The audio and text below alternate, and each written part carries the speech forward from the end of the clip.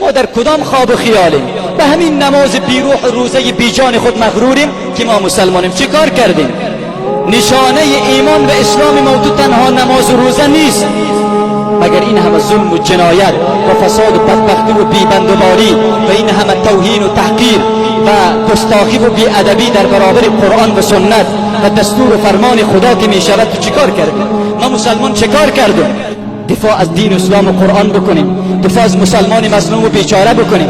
دل ما خوش است که مسلمانیم، دل ما خوش است. نماز میخوانیم زنا میکنیم، نماز میخوانیم قمارم میزنیم، نماز میخوانیم شرابم میخوریم، نماز میخوانیم سودم میخوریم، نماز میخوانیم رشوه ستانی هم میکنیم، نماز میخوانیم دروغ هم میگیم، نماز میخوانیم غیبت هم میکنیم، نماز میخوانیم توهین و تحقیر هم داریم، نماز میخوانیم پدر و مادر آزار میدیم، نماز میخوانیم همسایه آزار میدیم، نماز میخوانیم مسلمان آزار میدیم، نماز میخوانیم چل و نیرنگ و فریب داریم. باز هم دل ما خوش از مسلمانیم. شرم به این مسلمانی که ما داریم.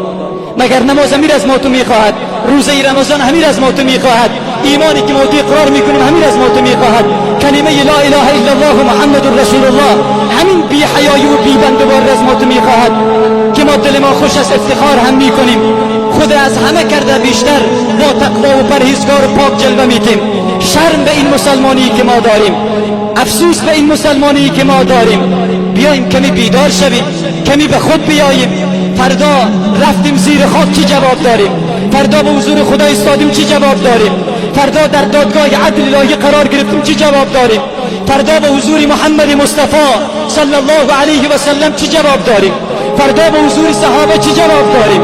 فردا چی دست آورده بزرگ؟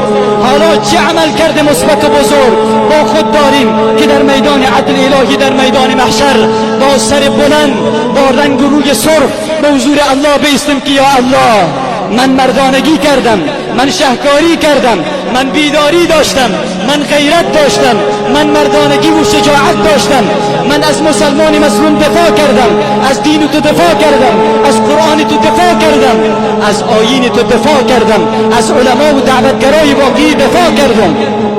داریم همینطور یک عمل خالص و ناب، یک عمل بزرگ در زندگیمان. یک کمی به خود بیاییم، یک کمی بیدار شویم از این خواب فریب و غرور. اینقدر با این نمازهای بیروحمان مغرور نباشیم.